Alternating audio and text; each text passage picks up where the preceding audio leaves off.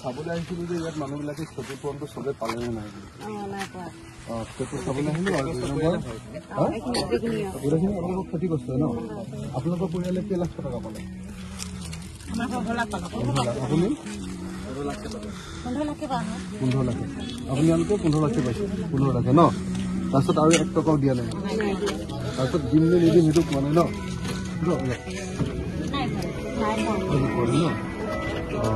15 লাখততো একো হোৱাগে নাই চাগে? যিমান ক্ষতি হ'ল কি কি গৈছিল আপোনালোকে? আমাৰ বাৰীত যিখিনি বস্তু চাহ বাগান তামোল বাৰী গোটেই বোলে শেষেই হ'ল। আমি ঘৰতো থাকিব নোৱাৰিলো। আমাৰ ঘৰটো আধা একদম টিং কৰি 15 লাখ টকা আমাৰ একোৱে নহ'ল। টিংবোৰ বেয়া হৈ গ'ল, ঘৰবোৰ একোৱে নাই মানে কাপোৰ কানি চব শেষ কৰি দিলে। মানে কি কি লোকচান হ'ল মোক একদম ভালকে কওকচোন। আমাৰ একো ঘৰ নাই আৰু বাৰী কৰিলেগে চব শেষেই হ'ল। বাৰী শেষ হ'ল, তামোলখিনি গ'ল নে?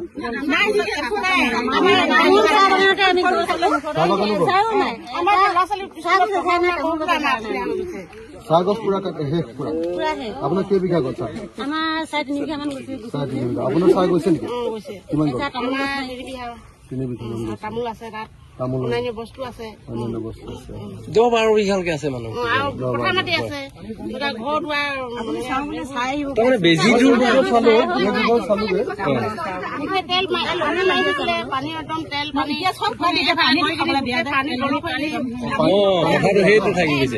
পানী পানী পানী আমাৰ ঘৰ দুৱাৰ একদম নষ্ট কৰি পেলালে। ঘৰবোৰ ফুৰিব গ'লগে পানী একদম কাপোৰ কানিলৈকে শেষ কৰি দিছে। আমি ঠাণ্ডা পানী কিনি খাওঁ। পানীটো বেয়া হৈ গ'ল। পানীটো কি হৈ আছে এতিয়া? তেল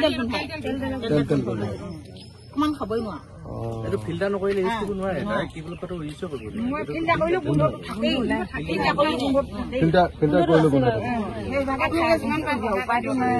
মই সেইকাৰণে চাবলৈ আহিলো। বিধানসভাত মই কথাখিনি উত্থাপন কৰিম বুলি ভাবিছো আৰু তাৰ আগতে CMক এইবাৰ কথাটো কৈ চাম যে আপুনি এইটো কৰি দিয়ক আৰু অইলৰ মই হেৰিয়াৰ লগতো কথা পাতিব দিয়ক দেই যে কিয় মানুহবিলাকে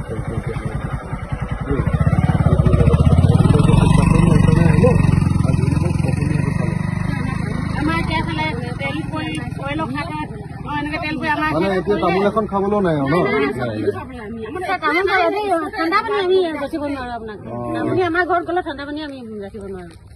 ঠাণ্ডা পানীও নাই, তামোলখনো নাই। এফালে তেল পৰি শেষ কৰি দিলে। আমাৰ এতিয়া অৱস্থা একেবাৰে বেয়া। আমিতো কৈছিলো প্ৰথমতে আহোঁতে আমাক পানীটো ব্যৱস্থা কৰি দিয়ক বুলি। মানুহ চব ঘৰে ঘৰে আহিলে এজুকা নুমালে লোকৰ ঘৰত থাকিবলৈ ভাড়া থাকিব ভাল নালাগে ন? নিজৰ ঘৰখন বাঢ়িয়ে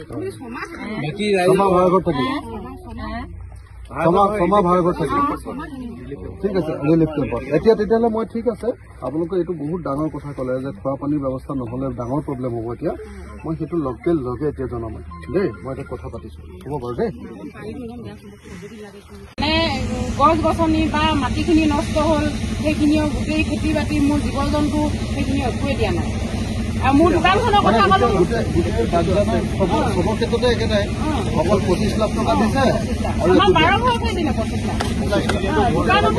দোকানখনৰ কথা ক'লো দোকানখনৰ ভাবি আৰু 10 লাখ।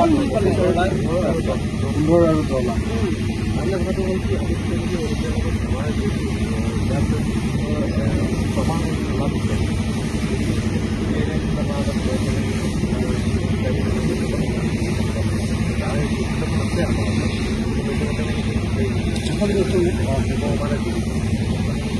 চাবলৈ আহিলো